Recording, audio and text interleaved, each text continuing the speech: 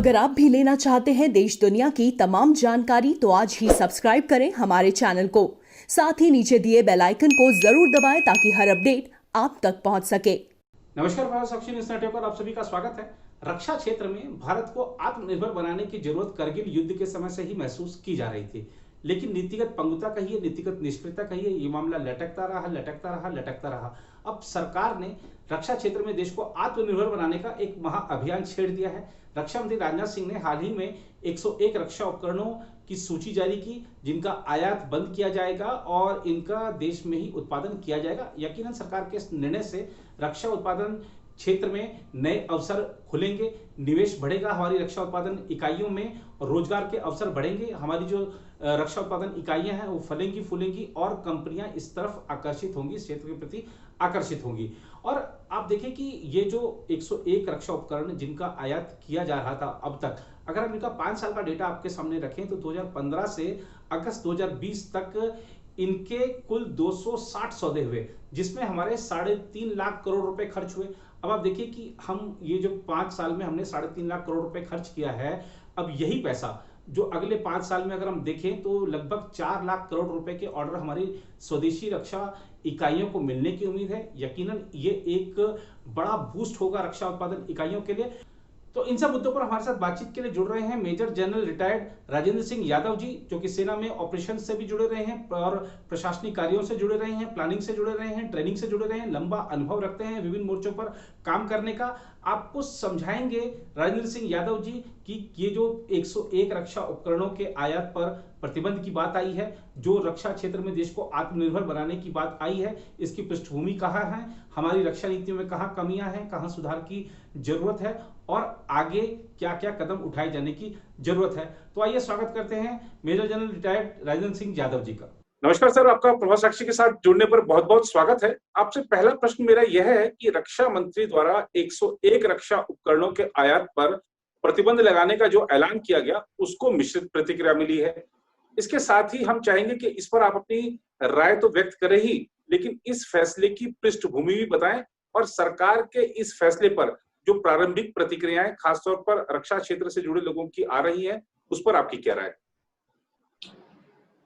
देखिए, सबसे पहले तो मैं ये बोलना चाहूंगा कि भारत स्वतंत्रता के एकदम बाद पाकिस्तान के साथ कश्मीर के मुद्दे पर उलझा जी। उसके बाद स्वतंत्रता के पहले ही दशक में 1950-60 के बीच में चीन ने हमारे अक्साई चिन के इलाके पर कब्जा किया और 1962 में उनसे युद्ध हुआ।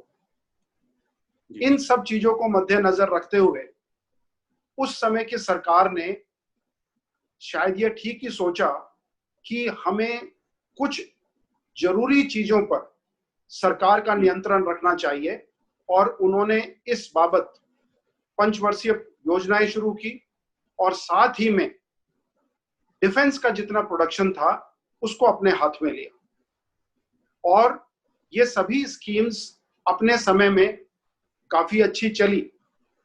लेकिन जैसा कि आप जानते हैं कि जब भी कोई सरकारी व्यवस्था होती है जिसमें जैसे फैक्ट्री है, ये जो ऑर्डिनेंस फैक्ट्रीज हैं या डीपीएसयूज हैं, इनको अगर गवर्नमेंट ऑर्डर पक्का मिल जाए, इनकी तनख्वाह पे कोई फर्क ना पड़े, कितनी देर में प्रोडक्शन होता है, किस क्वालिटी का प्रोडक्शन होता है और किसको किस समय जाता है, अगर इन चीजों पे कड़ी निगरानी ना रखी जाए तो ये नॉर्मल है कि उसमें ढील आ जाएगी। और शायद यही हमारे देश में हुआ कि एक बहुत अच्छी स्कीम के बाबत हम धीरे धीरे एक ऐसे मुकाम पे पहुंच गए कि हमारी जो फौज की हथियार थे और जो उपकरण जो हमें अपने आप बनाने चाहिए थे, वो शायद हमें इनसे नहीं मिल पाए और हम धीरे धीरे इन चीजों का आयात करने लगे। और आयात इस फील्ड में, डिफेंस के फील्ड में, कुछ उसकी खास चीजें हैं जो समझनी पड़ेंगी कि जब भी हम, पहली चीज तो कोई भी देश अपना लेटेस्ट हथियार या टेक्नोलॉजी आपको देना नहीं चाहता। बिल्कुल। उसके बाद दूसरा पॉइंट है कि जब आप इन चीजों का आयात करते हो तो आपको अपनी फॉरेन एक्सचेंज बहुत बड़ी मात्रा में दूसरे को देनी पड़ती है, जिससे हमारी इकोनॉमी पे सीधा असर पड़ता है। और तीसरी चीज यह है कि क्योंकि आपका मिलिट्री बल, सैन्य बल किसी दूसरे के हाथ में है, क्योंकि आपको अगर हथियार समय से नहीं मिलेंगे और सही श्रेणी के हथियार नहीं मिलेंगे तो आपके सैन्य बल पर फर्क पड़ता है। और उस सैन्य बल के कमजोर होने के नाते आपकी जो स्ट्रेटेजिक ऑटोनॉमी है, जिससे कि आप एक इंटरनेशनल लेवल पर डील करना चाहते हैं दूसरे देशों के साथ, उसमें थोड़ी सी कमी आती है और आप अपने आप को कमजोर महसूस करते हैं। हमारे साथ पीछे यही हुआ। जब कारगिल का युद्ध हुआ तब भी हमें कुछ चीजों की कमी पड़ी। हमने बाएं दाएं देखा, उसमें भी यूएस वगैरह बीच में आए।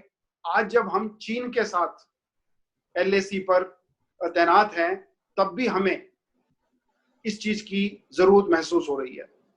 पीछे कुछ एक सालों में हमने बोला कि हम 2 फ्रंट पर युद्ध करने के लिए तैयार हैं, लेकिन जब वो सिचुएशन आज हमारे सामने आई है तब हम उस चीज में अपने आप को सक्षम नहीं पा रहे हैं। हम दौड़ दौड़ के कहीं से हथियार ला रहे हैं, कहीं से एम्युनिशन ला रहे हैं और ये सारी चीजें हमारे साथ हो रही हैं। तो इसलिए ये जो रक्षा मंत्री जी ने ऐलान किया है, इसको हमें पॉजिटिवली लेना चाहिए। अब अगर हम ये बोले कि ये क्या एकदम से हो गया, नहीं, इस चीज के पीछे जो अभी प्रेजेंट सरकार है, आपको याद होगा और देश को भी याद होगा कि 2014 के सितंबर में ही सरकार बनने के एकदम बाद प्रधानमंत्री ने मेक इन इंडिया का ऐलान किया था और उसके तहत कुछ प्रोग्राम बने थे। वो कितने चले कितने नहीं चले मैं उस चीज पर नहीं जाऊंगा, लेकिन अब कोविड के दौरान जब हमारे पास 2 बेसिक चीजें नहीं थी, वेंटिलेटर्स और पर्सनल प्रोटेक्टिव इक्विपमेंट, तब इस चीज को दोबारा एक बारी बूस्ट दिया गया और प्रधानमंत्री जी ने 12 मई को आत्मनिर्भर भारत का एक अभियान छेड़ा और उस अभियान में यह बोला गया कि हम तभी इस दुनिया में रह पाएंगे अपने बलबूते पर जब हम आत्मनिर्भर होंगे।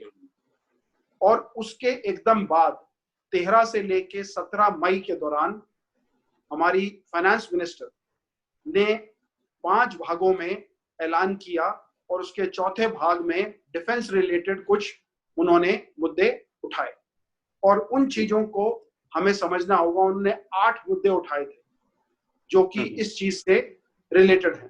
पहली चीज उन्होंने बोली थी कि हमें कुछ चीजों पर के आयात पर बैन लगाना पड़ेगा, इसका मतलब एक बैन लिस्ट बनेगी। दूसरी चीज जो हमें तंग कर रही थी कि जो हम दूसरे देशों से सामान खरीदते हैं उसके स्पेयर पार्ट्स या तो हमें बहुत महंगे मिलते हैं या कभी मिलते हैं नहीं मिलते हैं और टाइम पे हमारी बात नहीं बनती है, तो हमने जो इक्विपमेंट खरीदा हुआ है हम उसका भी इस्तेमाल नहीं कर पाते। तो इसलिए उन्होंने कहा कि इस चीज को इंडिजिनाइज करना पड़ेगा। तीसरा पॉइंट जो उन्होंने बोला कि जब तक हम अपनी इंडस्ट्रीज के लिए सेपरेट बजट एलोकेट नहीं करेंगे डोमेस्टिक डिफेंस इंडस्ट्रीज के लिए तो उनको प्रोत्साहन नहीं मिलेगा। तो इसलिए हमें अपना जो कैपिटल बजट है उसको भी 2 भागों में बांटना पड़ेगा, एक जो हम बाहर से सामान लेंगे और एक जो हम अपना बनाएंगे, ताकि हमारी इंडस्ट्रीज को पता है कि ये पैसा हमारे लिए नॉमिनेटेड है। चौथी चीज जो उन्होंने बोली कि ये जो ऑर्डिनेंस फैक्ट्रीज हैं और जो डिफेंस पब्लिक सेक्टर यूनिट्स हैं, इनकी जो कार्यशैली है, जो उसके अंदर कमी आ गई है, उसको दूर करने के लिए हमें इनको कॉर्पोरेटाइज करना पड़ेगा। 5वां पॉइंट जो उन्होंने दिया प्रोत्साहन के लिए वो था कि हम फॉरेन डायरेक्ट इन्वेस्टमेंट को 49% से 74% पे ले जाएंगे, ताकि हम बाहर वाली कंपनीज को अट्रैक्ट कर सकें ताकि वो भारत में आए और यहाँ पर प्रोडक्शन करें।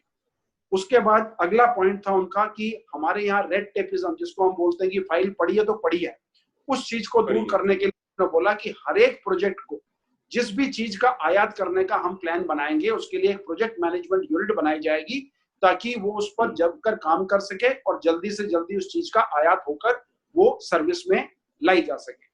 उसके बाद था कि हम कई बारी ये सोचते हैं कि हमें दुनिया का जो सबसे अच्छा प्रोडक्ट है, जो सबसे अच्छा हथियार है, वो हम आयात करें, और कई बारी हम ऐसी शर्तें रख देते हैं कि वो हथियार आज तक दुनिया में बना ही नहीं है, अमेरिका के पास भी नहीं है। तो अगर वो चीजें हम GSQR बोलते हैं, जनरल स्टाफ क्वालिटेटिव रिक्वायरमेंट, तो अगर हम एक कुछ ऐसी क्वालिटेटिव रिक्वायरमेंट रख दें जो कि दुनिया में अवेलेबल नहीं है, या उसका इंटीग्रेशन करने में बहुत कीमत बढ़ जाएगी, ऐसी चीजों को हमें नहीं जाना चाहिए, और जो करंट टेक्नोलॉजी है उससे हमें खुश रहना चाहिए। और आखिर में जो हमारा ट्रायल टेस्टिंग का जो प्रोसीजर है, उस चीज के बारे में उन्होंने बोला कि इसको बढ़ाना पड़ेगा। अब आप गौर कीजिए कि जो रक्षा मंत्री जी ने 9 अगस्त को, इतवार को, जो ये अनाउंसमेंट की है, इसके अंदर उन्होंने 101 हथियार और सैन्य उपकरण शामिल किए। उसके अंदर अगर आप ज्यादा गौर करेंगे तो आप देखेंगे कि उसके अंदर 69 आइटम अभी से 4 महीने बाद दिसंबर 2020 में बैन हो जाएंगे। मतलब तकरीबन 70% लिस्ट इसी साल में अमल में आ जाएगी। अगले साल 11 आइटम, उसके बाद 4 आइटम, फिर 8, फिर 8, और फिर आखिर में 1। तो दिसंबर 2025 तक ये लिस्ट लागू होनी है।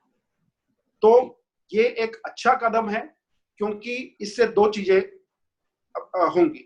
पहली चीज कि देश में सभी स्टेक होल्डर्स को, यानी कि सैन्य जो हमारे दस्ते हैं उनको, जो डिफेंस प्रोडक्शन यूनिट हैं उनको, और जो प्राइवेट इंडस्ट्रीज डिफेंस का माल बनाना चाहती है उन सबको, और जो हमें बाहर से आयात करने वाले हैं सबको ये पता चलेगा कि हम क्या चीज किस समय तक अपने आप बनाना चाहते हैं।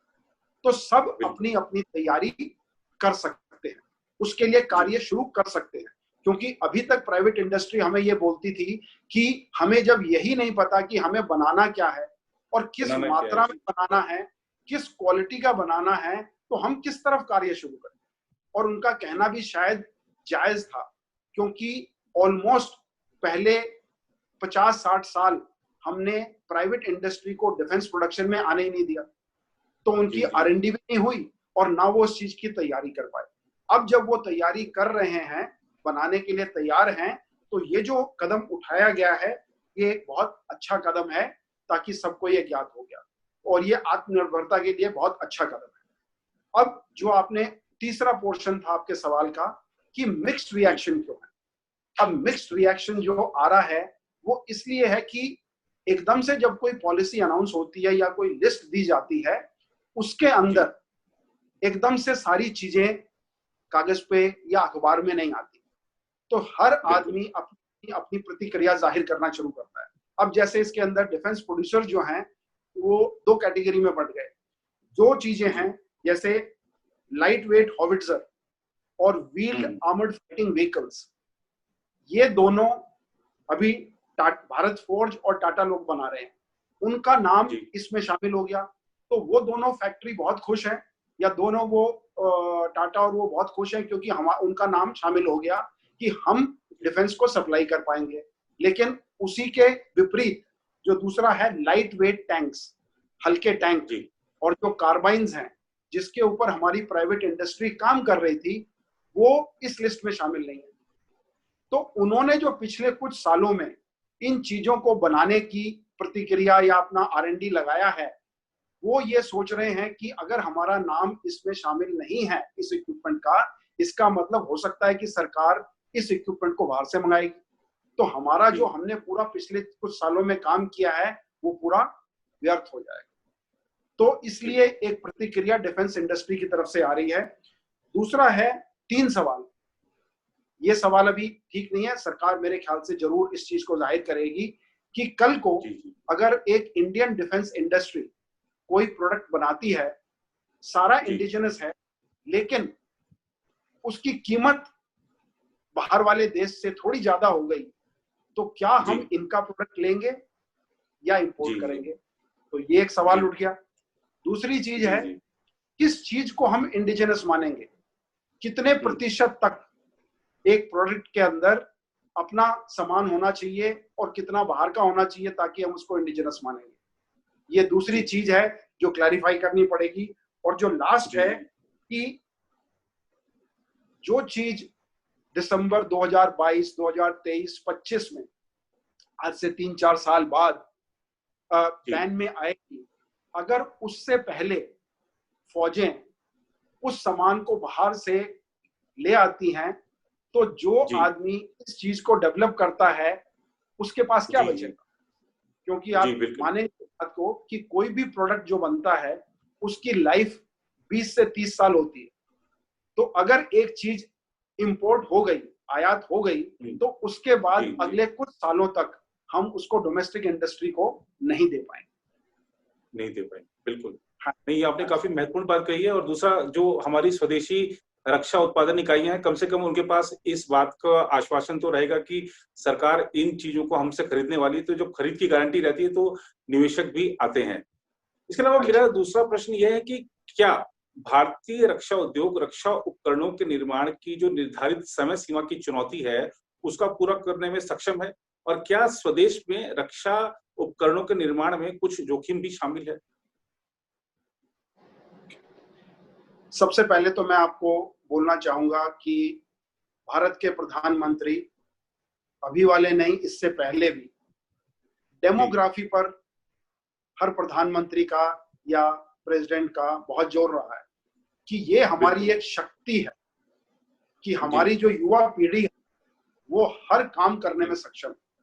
आज अगर यूएसए में या यूरोपियन कंट्रीज में जितनी बड़ी बड़ी कंपनियां हैं उसमें आज हिंदुस्तानी सीईओ हैं और टॉप पोजीशन उन्होंने इख्तियार की हुई है। हमारे डॉक्टर्स हैं 50%, इंजीनियर्स बाहर हैं।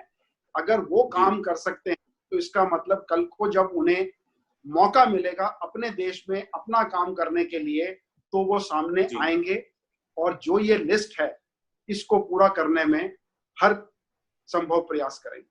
तो इसलिए इसको नेगेटिव तौर पे ना लेके पॉजिटिव लेना चाहिए। लेकिन जरूरी ये है कि इस लिस्ट को कैसे बनाया गया है।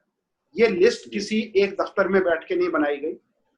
तीनों सैन्य अंग, army, navy, air force, DRDO, ordnance factory board, सरकारी जो दफ्तर हैं, इन सब से सलाह करके और ये लिस्ट बनाई गई है।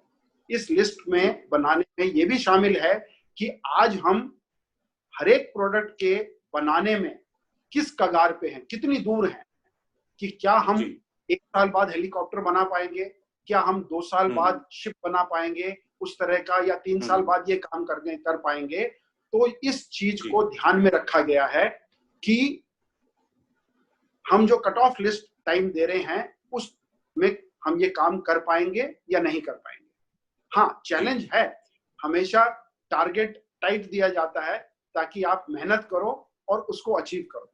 तो उसके अंदर हमें मेहनत करनी होगी और हो सकता है कुछ स्लिपेज हो, वो होता है नॉर्मल, और उसमें हमें कोई बुरा मानने की जरूरत नहीं।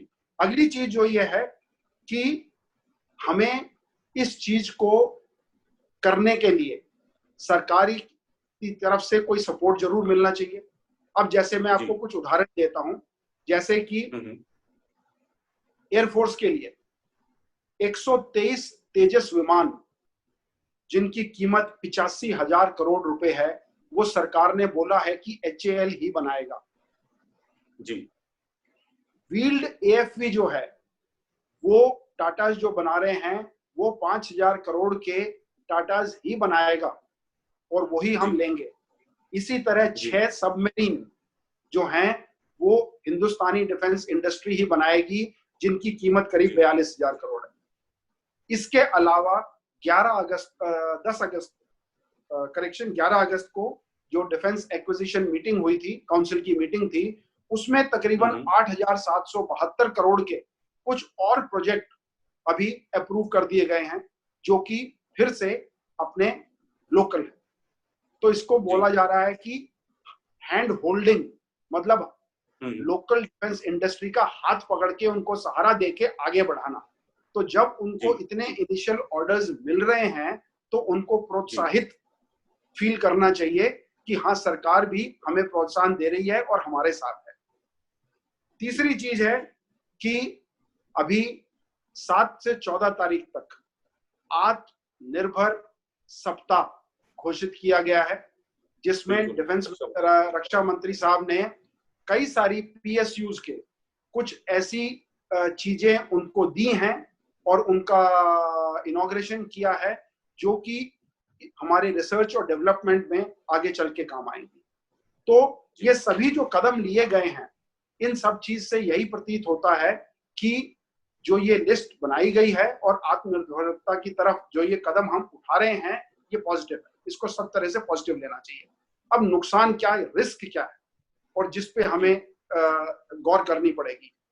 देखिए, बिल्कुल, आज की तारीख में जितने भी यूएस या वेस्टर्न कंट्रीज हैं जो हथियार बनाने में माहिर हैं, वो हथियारों की सेल को एक मुद्दा बना के रखते हैं। जैसे आपने अभी देखा होगा कि यूएसए जो हमारे साथ मिलके काम करना चाहता है या हमें अपने साथ लेके चलना चाहता है, उसने हमें बोला कि आप रशिया से S-400 AD इक्विपमेंट मत लीजिए। क्यों? अगर वो ये चाहता है कि हम मजबूत हों और उसके साथ मिलके काम करें, तो हमें कहीं से भी हथियार मिले, हम ताकतवर होंगे तो मिलके साथ चलेंगे। लेकिन हर देश अपने नेशनल इंटरेस्ट में मिलिट्री डिप्लोमेसी को एक जगह देता है। हम कितने हथियार किससे खरीदते हैं, उससे हमारी घनिष्ठता बढ़ती है, क्योंकि हम उसको उतना पैसा उसके फॉरेन एक्सचेंज में देते हैं। तो ये दोनों चीजें मिश्रित हैं। तो हमें जब हम एक आत्मनिर्भरता की तरह बढ़ रहे हैं, तो कई बार ऐसा नहीं होना चाहिए कि हम एक ऐसा मैसेज बाहर भेजें दूसरे कंट्रीज को कि हम 2 साल बाद आपसे बिल्कुल एक भी हथियार नहीं लेंगे और हमारे रिश्ते आपके साथ शायद ढीले पड़ जाएंगे। ठीक है, वो नहीं होना चाहिए। तो एक सरकारी लेवल पे और एक बहुत ऊंचे लेवल पर हमें इस चीज को एक लेवल या बैलेंस करके चलना पड़ेगा कि इस तरह की कोई भी बातचीत ना हो जिससे हमारे अभी जो अच्छे रिलेशंस हैं पूरी दुनिया में, उस पे किसी भी तरह की आंच आए। जी, और नहीं, आपने बिल्कुल सही कहा कि किस तरह से सरकार के सहारे की जरूरत है, और निश्चित रूप से आपने जिस तरीके से अपनी अनुभव का भी इस्तेमाल करते हुए बताया है कि जो हमारे युवा पीढ़ी है या हमारे जो लोग ऐसे, आपने जैसे कि सीईओज का जिक्र किया जो कि यूएस में इस समय तैनात हैं, और उनसे प्रेरणा लेते हुए हमारे युवा भी जो खासतौर पे स्टार्टअप्स भी डिफेंस में कुछ शुरू हुए हैं, तो निश्चित रूप से जो हमारी टारगेट्स हैं या हमारा जो एक डेडलाइन है उसको बीट करने में वो सक्षम होंगे। आपका विश्वास जताया आपने इस बारे में। इसके अलावा आपसे एक प्रश्न ये भी बनता है कि रक्षा निर्माण क्षेत्र में एफडीआई सीमा में वृद्धि स्वदेशी रक्षा कंपनियों के लिए किस प्रकार से सहायक सिद्ध होगी? एफडीआई, आपने बहुत अच्छा सवाल पूछा कि फॉरेन डायरेक्ट इन्वेस्टमेंट, जी, ये एक बहुत जरूरी चीज है, क्योंकि जितना पैसा, जितना शेयर हम बढ़ाएंगे, उतना फॉरेनर्स को, बाहर वाले देशों को हमारे देश में आके काम करने के लिए प्रोत्साहन मिलता है। क्योंकि जब तक ये लिमिट 50% से कम रहती है, तो उस कंपनी का कंट्रोल हमारे पास रहता है। जैसे ही वो 50% से ऊपर जाती है, तो कंट्रोल उनके पास जाता है, ताकि वो उस चीज में सेटिस्फाइड फील करते हैं कि हमारी कंपनी पे हमारा कंट्रोल रहेगा। जी। अब इसके अंदर 2 चीजें मैं आपको बोलना चाहूंगा कि जो समझने की जरूरत है। प्रधानमंत्री ने बोला मेक इन इंडिया, उन्होंने जो बोला बहुत अच्छा बोला, लेकिन उसका अगर लिटरल ट्रांसलेशन किया जाए तो उसमें एक चीज पर गौर करने की जरूरत है। मेक इन इंडिया मतलब कोई भी बाहर वाला हमारे देश में आके सामान बनाए, जी, उसमें 2 चीज है। हमें क्या मिलेगा? हमें रोजगार मिलेगा, हमारी इकोनॉमी को बढ़ावा मिलेगा, और इसके अलावा अगर हमने उनसे ठीक तरह बातचीत नहीं की है, वो हमें टेक्नोलॉजी ट्रांसफर नहीं करते हैं, तो हमारी आत्मनिर्भरता नहीं बढ़ेगी। हमारा रोजगार बढ़ेगा, हमारी इकोनॉमी थोड़ी सी बढ़ेगी, लेकिन आत्मनिर्भरता नहीं आएगी। तो जरूरी क्या है कि जब भी हम एफडीआई को बढ़ाते हैं या इस तरह का काम करते हैं, तो हमें इस चीज पर ध्यान देना होगा कि जब भी कोई कंपनी बाहर से आती है तो उसके साथ हमें इस तरह की डिस्कशन करनी पड़ेगी कि वो हमें टेक्नोलॉजी ट्रांसफर करे जी, ताकि हमारे लोग सीखें और ग्रेजुअली उस चीज को धीरे धीरे उस चीज को पकड़ के खुद आत्मनिर्भर बने। तो मैं ये नहीं कहूंगा कि प्रधानमंत्री साहब ने गलत बोला, लेकिन एक छोटा सा कैच है कि मेक इन इंडिया या मेड बाय इंडिया या मेड इन इंडिया में बहुत एक और टेक्नोलॉजी ट्रांसफर को आपको बहुत के तौर पे। हाँ जी जी जी नहीं, तो वाकई में टेक्नोलॉजी ट्रांसफर एक समय की जरूरत भी है। हाँ जी, क्योंकि देखिए ऐसा है कि किसी ने लिखा था कि पहिए को दोबारा इन्वेंट नहीं करना चाहिए। आपको मालूम है सरकारी ये जो सैन्य उपकरण हैं, इनकी जो रिसर्च एंड डेवलपमेंट है इनमें सालों लग जाते हैं। अगर हम आज की तारीख में सोचें कि हम सब कुछ 0 से लेके और 100 तक हम खुद बना लेंगे तो उसी में हमारे अगले 3 दशक निकल जाएंगे। हमें ये कोशिश करनी है कि आज की जो टेक्नोलॉजी है वो हमें आराम से मिल जाए और हम उसके ऊपर काम करें ताकि हम आगे चलें। नहीं तो हम 3rd जनरेशन पे काम करेंगे, दुनिया 4थी जनरेशन पे पहले पहुंची हुई है, 5वीं पे पहुंची हुई है, तो हम फिर 3री पे रहते हैं जब तक हम अपना इजाद करेंगे। तो टेक्नोलॉजी ट्रांसफर का जो मुद्दा है वो बहुत जरूरी है और उसको समझना बहुत जरूरी जी। और जैसा कि आपने अभी काफी कुछ कहा स्वदेशी रक्षा उत्पादन इकाइयों के बारे में, तो आपसे ये भी जानना चाहेंगे, आपका इतना विशाल अनुभव है, आप सेना में उच्च पदों पर काम कर चुके हैं, खासतौर पे अगर हम स्वदेशी रक्षा उत्पादन इकाइयों की बात करें तो इनको कैसे अपनी कार्य क्षमता बढ़ाई जाए और ये किस तेजी के साथ काम कर सकें, इस बारे में कुछ प्रकाश डालिए। सरकार की तरफ से भी इसमें क्या कदम उठाए जाएं? हाँ जी, देखिए प्रॉब्लम को पकड़ने के लिए हमें उसका पूरा एनालिसिस करना चाहिए। हमें किसी एक आदमी के ऊपर उसका बोझ नहीं डाल सकते। मैंने जैसे शुरू वाले पहले सवाल में बताया कि जो सैन्य उत्पादन इकाइयां हैं वो इस मोड़ पे क्यों पहुंची और कैसे पहुंची कि आज उनकी एफिशिएंसी अच्छी नहीं। इसका कोई तो कारण होगा, कोई ना कोई और भी जिम्मेवार होगा। तो इसलिए मैं सोचता हूं कि तो कमियां हैं पहले गिनी जाएं कि क्या कमी रही। पहली चीज है सरकारी लेवल पे। सरकारी लेवल पे 2-3 कमियां हैं रही हैं कि एक तो जो पॉलिसी है उसको हम बार बार बदली करते हैं कि हमें किस कंपनी से कैसे काम कराना है, हमें क्या आयात करना है, क्या निर्यात करना है, वो सारी चीजें उस पॉलिसी में बदली नहीं होना चाहिए ज्यादा से ज्यादा। ठीक है। उसके बाद है रेड टेपिज्म, जिसको बोलते हैं कि फाइल पड़ी हुई है, 6 महीने उस पर काम नहीं हुआ, 9 महीने काम नहीं हुआ।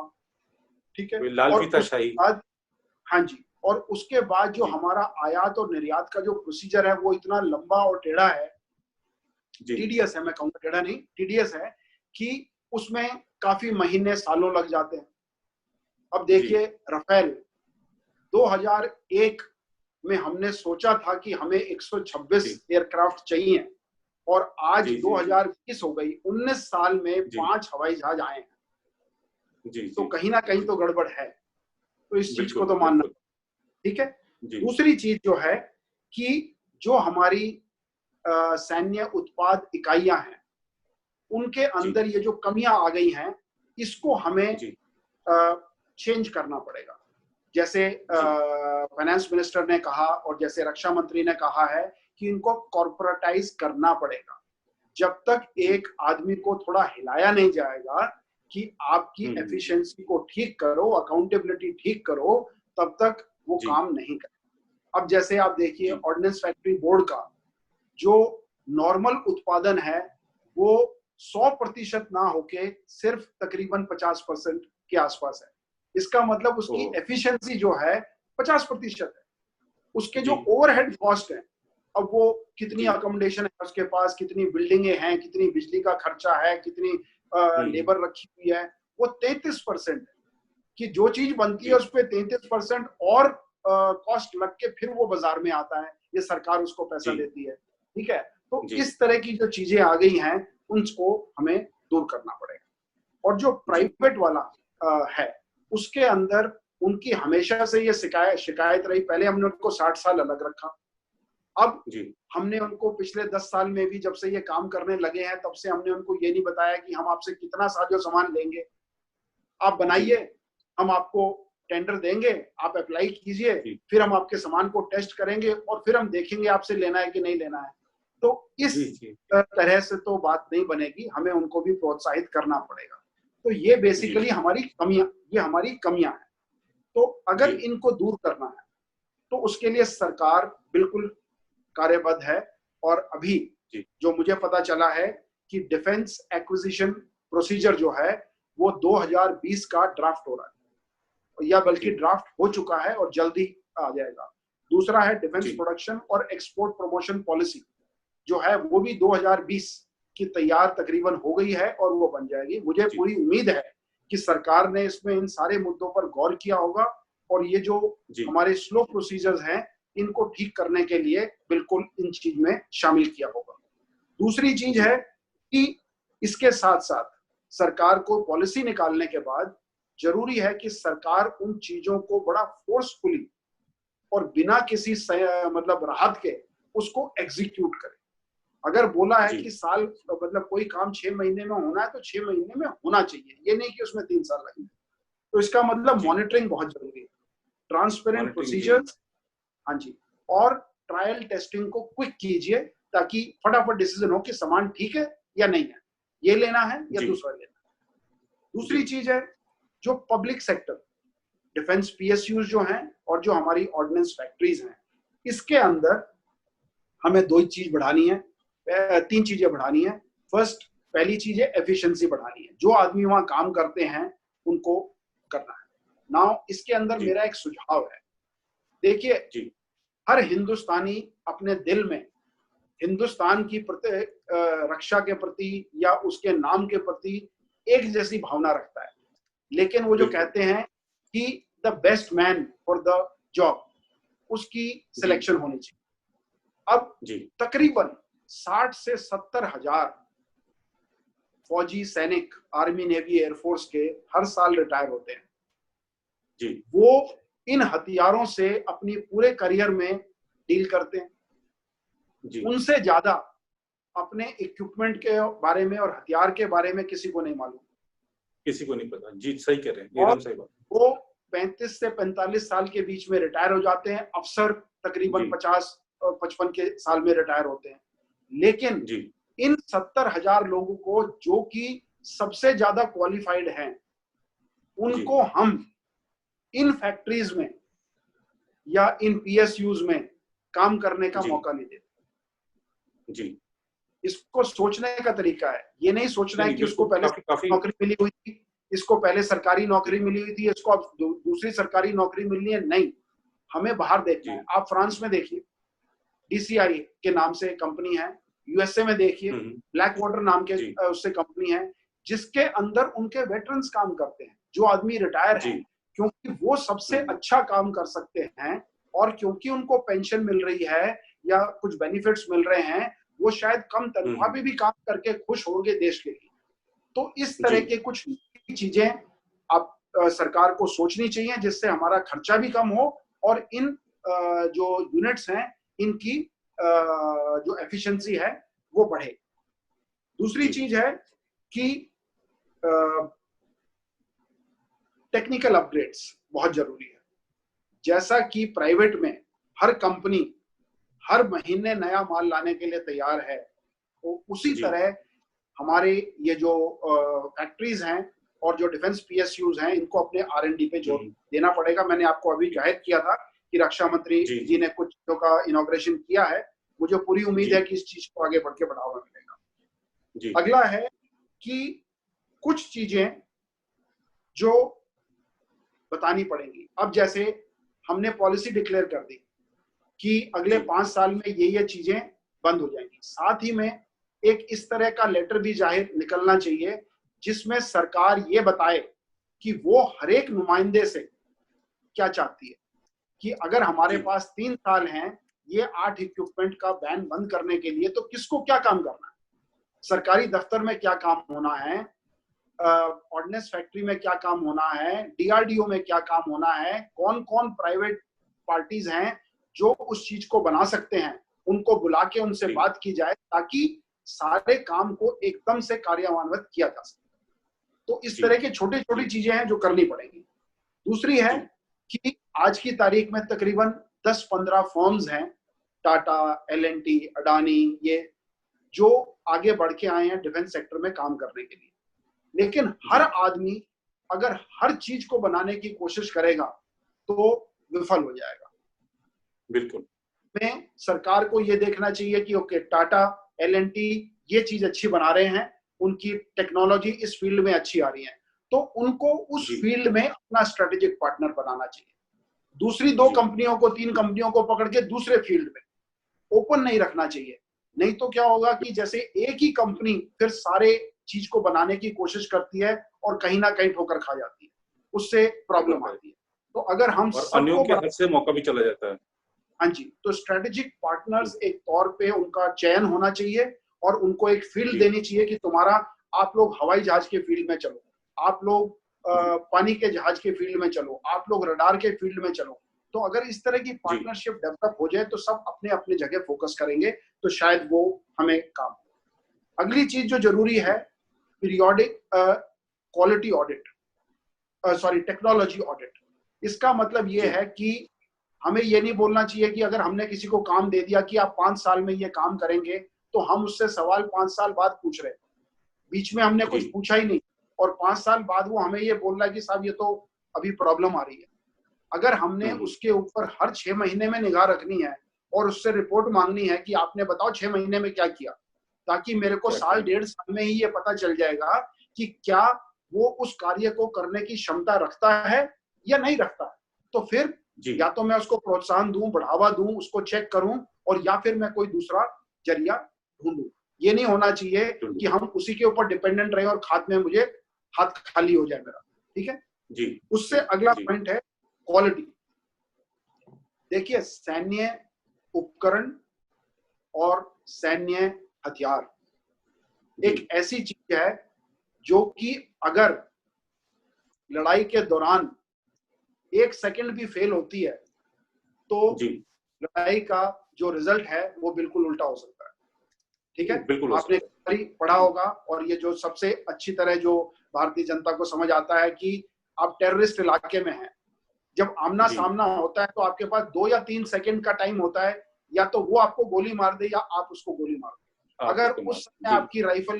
अगर आपकी उस समय राइफल ने फायर नहीं किया, इसका मतलब अगर आपके हथियार में कमी है, ठीक है, या एमिनिशन में कमी है, तो इसका मतलब आप लड़ाई हार गए, एक जान चली गई, आप लड़। इसी तरह कई सारी चीजें हैं जो आर्टिलरी गन्स हैं, टैंक्स हैं, हवाई जहाज हैं, कि अगर उनकी क्वालिटी पे ध्यान नहीं दिया गया तो नाउ इसमें मैं एक उदाहरण देना चाहूंगा, और आई थिंक बहुत अच्छी तरह समझ भी आएगा कि एक बार एक जापानी कंपनी के साथ किसी का सौदा हो रहा था, तो उन्होंने कहा कि मुझे साहब 100 चीजें चाहिए उदाहरण के तौर पे। तो उन्होंने कहा ठीक है साहब, इतने पैसे और ये है।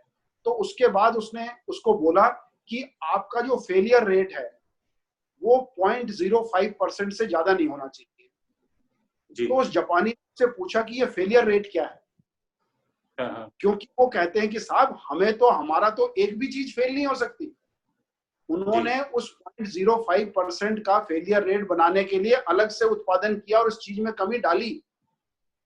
समझ रहे हैं? तो इसका ये मतलब है इतना आपका प्रोडक्शन सिस्टम फुल प्रूफ होना चाहिए कि कोई भी कमी ना हो। हमारे यहाँ क्या होता है कि माल जब बन जाता है तो उसके बाद अच्छा चलो साहब इसमें 2% की कमी है, एक्सेप्ट कर लो, अगली वाली में नहीं होगी, लेकिन उसका भुगतान हमें लड़ाई के मैदान में देना पड़ता है, जो कि बिल्कुल जायज नहीं। तो इसलिए सैन्य उपकरणों में और हथियारों में क्वालिटी कंट्रोल जो है वो बिल्कुल अव्वल दर्जे का होना चाहिए। और तीसरा चीज है टाइमलाइन। अगर कोई चीज एक टाइम पे चाहिए तो उसमें डिले नहीं हो सकता। अभी आप देखिए, मतलब मैं ये नहीं कहूंगा किसकी कमी है, लेकिन आप एक उदाहरण जो सबसे मोटा सबको नजर आता है एयरफोर्स का, MiG-21 हवाई जहाज है, अपनी उम्र से जो उसकी लाइफ स्पैन थी उससे आगे निकल चुका है, उसको हम बहुत अभी भी आगे। उड़ा रहे हैं। क्यों? जी क्योंकि जो अगला हवाई जहाज बनना था वो टाइम पे नहीं बना और ना जी। टाइम पे आया हुआ। ठीक है, जी। तो उसकी वजह से वो काम चल रहा है। आज देखिए, जो सबसे एक बेसिक हथियार है जो कि फौज में हर एक आदमी कैरी करता है, अपना पर्सनल हथियार कैरी करता है, पिछले 20 साल से इंसास जो वेपन सिस्टम था 5.56, उस जी। पे पिछले 20 साल से फौज कमी बताती रहेगी, साहब इसमें ये कमी है, ये कमी है, ये कमी है, राइफल हमें दूसरी चाहिए। लेकिन 20 साल भी उस चीज को, हम एक बेसिक चीज को डेवलप नहीं कर पाए। किस लिए नहीं कर पाए? कहीं ना कहीं तो कमी होगी। और फाइनली अब हम रशिया के साथ मिलके AK 2003 जो अमेठी में फैक्ट्री लगाई है उस पे काम कर रहे हैं और वहां ये हथियार बनेंगे। तो ये जो चीजें हैं कि अगर हम शुरू से किसी प्रॉब्लम को चेक नहीं करेंगे, ठीक है, उसको बिना रियायत दिए हुए, तो हमारा आगे बढ़ना काफी मुश्किल है। तो सर, जैसे कि आपने बताया कि जो हमारी रक्षा नीतियां हैं उसमें सुधार की जरूरत है। खासतौर पर आपने कहा कि मॉनिटरिंग की जरूरत है, और जिस तरीके से आपने कुछ कमियों को स्वीकारते हुए आगे बताया कि सुझाव दिए कि किन किन उपायों को अपनाकर रक्षा उत्पादन में तेजी लाई जा सकती है। इसके अलावा सर, हम जब आपसे काफी विस्तार तरीके से हमने समझा कि जो रक्षा उत्पादन है उससे कैसे हमारी जो स्वदेशी इकाइयां हैं लाभान्वित होंगी, लेकिन इसमें एक बड़ा प्रश्न सर ये आता है, अपने देश में एक आमतौर पर ये चीज देखने को मिलती है, धारणा भी इस बात की रहती है कि जो स्वदेशी उत्पादों की गुणवत्ता है उसको लेकर हमेशा प्रश्न उठते हैं। अगर आप बाहर से सामान मंगवाते हैं तो उनकी लागत में वृद्धि की बात कही जाती है और बताया जाता है कि इनकी कीमतें ऊंची हैं, राजनीतिक मुद्दे भी बन जाते हैं। तो इन सब मुद्दों को कैसे हल किया जाना चाहिए या कैसे किया जाएगा?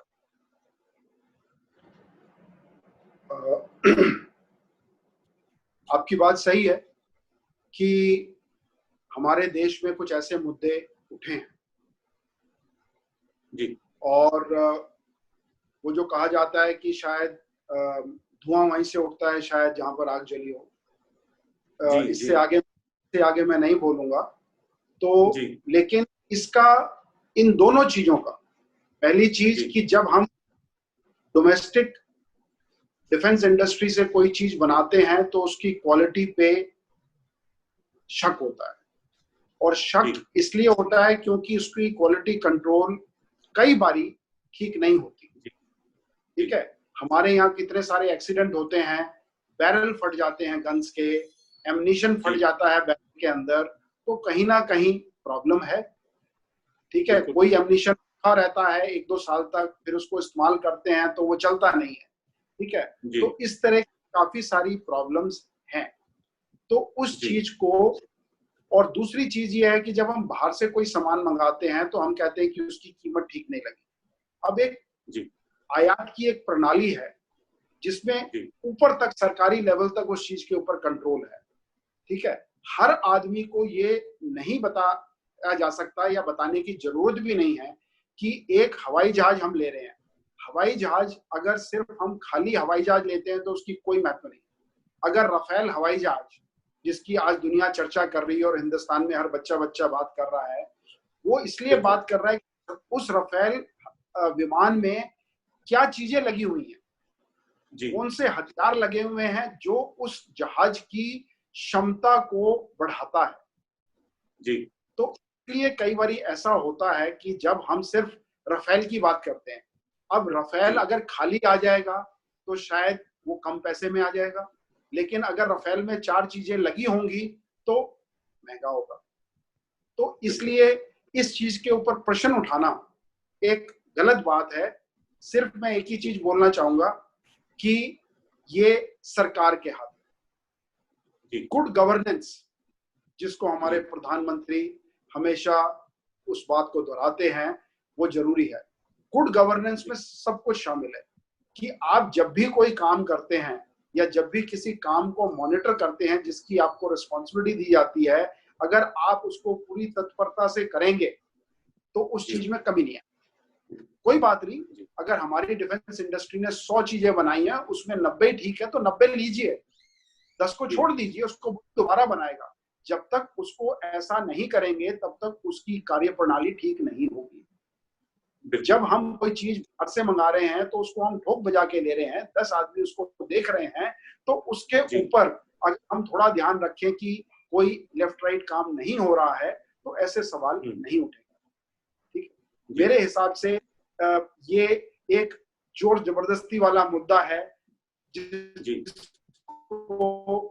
कुछ भी मुझे विश्वास नहीं है, लेकिन उनको बहुत ज्यादा नहीं बढ़ाना चाहिए, उसको ठीक है, स्ट्रॉन्ग गवर्नेंस, और उसके बाद अपना काम कीजिए। जी, ठीक है, होना चाहिए। और क्योंकि आपने डिफेंस रक्षा पे भी अपने को केंद्रित रखा। हमको ध्यान है कि जब 2019 का लोकसभा चुनाव था तो पूरा राफेल पे ही चुनाव हो गया था। वो तो राजनीति खासतौर पर अगर डिफेंस से जुड़ा मामला है तो उस पर जरूर होती ही, अपने यहाँ पे लगातार हम इस मुद्दे को देखते रहे हैं। इसके अलावा अगर हम बात करें जब स्वदेशी रक्षा उपकरण इकाइयों की, तो आपसे हम ये जानना चाहेंगे कि आपने अभी चूंकि बात भी बताई कि किस तरीके से और सुधार लाए जा सकते हैं। सवाल ये है कि जो इकाइयां आ रही हैं वो सर्वाधिक किस उपकरण को निर्मित करने के लिए आ रहे हैं? ऐसी जो इकाइयां आ रही हैं मतलब वो ज्यादातर किस क्षेत्र में जाना चाहती हैं कंपनी? सबसे पहले तो जो हमने अभी तक अपने बातचीत में चीज सामने नहीं आई कि सऊदी अरब के बाद हिंदुस्तान दूसरे नंबर का देश है सैन्य हथियार और उपकरण खरीदने के मामले में पूरे संसार में। पूरे संसार में जो सैन्य सामग्री का व्यापार होता है उसका 9.2% हिंदुस्तान आयात करता है। इसका मतलब ये एक बहुत बड़ी मात्रा है जिसकी वजह से हमारी इकोनॉमी थोड़ा हिल जाती है। इसलिए हमें ये कदम उठाने पड़ेंगे कि हम आत्मनिर्भरता की तरफ चलें। अब अगला पॉइंट ये है कि जो मैंने आपको कसरी तौर पे पहले बताया था कि इसका एक वो सरकार की तरफ से जो किया जा रहा है, और जो रक्षा मंत्री जी ने उस दिन बात की उसमें बताया उन्होंने कि 200 ये जो 101 की लिस्ट, सामान की लिस्ट बनी है, इस सामान पे भारतीय सरकार ने 2015 से लेके अभी तक तकरीबन 3.5 लाख करोड़ खर्च किए। और अब जो कदम सरकार उठा रही है इसको बैन करने का और खुद बनाने का, इससे ये 3.5 लाख करोड़ बचेंगे और हम अपने देश में अपनी इकाइयों को, चाहे वो प्राइवेट हैं और चाहे वो पब्लिक सेक्टर में हैं, उनको तकरीबन 4 लाख करोड़ रुपए का ऑर्डर अगले 5 से 7 सालों के बीच में दे पाएंगे। तो ये तो पहला मुद्दा। अब उसके बाद है कि कौन सी कंपनियां, पहले तो जो पब्लिक सेक्टर यूनिट्स हैं वो आपको सबको मालूम है, 9 हैं, अपना अलग अलग फील्ड है उनकी। जो ऑर्डिनेंस फैक्ट्रीज हैं वो भी अलग अलग, पूरे हिंदुस्तान में 41 फैक्ट्रीज हैं जो कि अपना अपना काम कर रही हैं। जैसे जैसे अब प्राइवेट इंडस्ट्री इस सैन्य सामान को बनाने के लिए अंदर आएगी, ये जरूरी है सरकार को देखना कि क्या ये 41 जो ऑर्डिनेंस फैक्ट्रीज हैं उनकी जरूरत है या उनको कम किया जा सकता है, क्योंकि कुछ खर्चा उधर से कटेगा तो कहीं और जाएगा। अब जैसे क्लोथिंग, ये जो कॉम्बैट ड्रेस हमारे सिपाही पहनते हैं, ये भी ऑर्डिनेंस फैक्ट्री बना रही है। इसको तो एक नॉर्मल टेलर बना सकता है, ठीक है। तो इस तरह की चीजों में भी अगर हम सरकारी व्यवस्था करके रखेंगे तो हम आगे नहीं बढ़ेंगे। एक तरफ हम रॉकेट और मिसाइल की बात कर रहे हैं और दूसरी तरफ हम यूनिफॉर्म की बात कर रहे हैं, तो सरकार को ये भी सोचना होगा। मुझे पता है कि जो लेबर वहां पर काम करती हैं, जो कर्मचारी वहां पे काम करते हैं, वो बहुत बड़ी मात्रा में उसके अगेंस्ट खिलाफ धरना देंगे, लेकिन एक सख्त कदम तो कभी ना कभी तो उठाना पड़ेगा कि उनको कहीं और काम दो, लेकिन इस चीज में पैसा व्यय मत करो।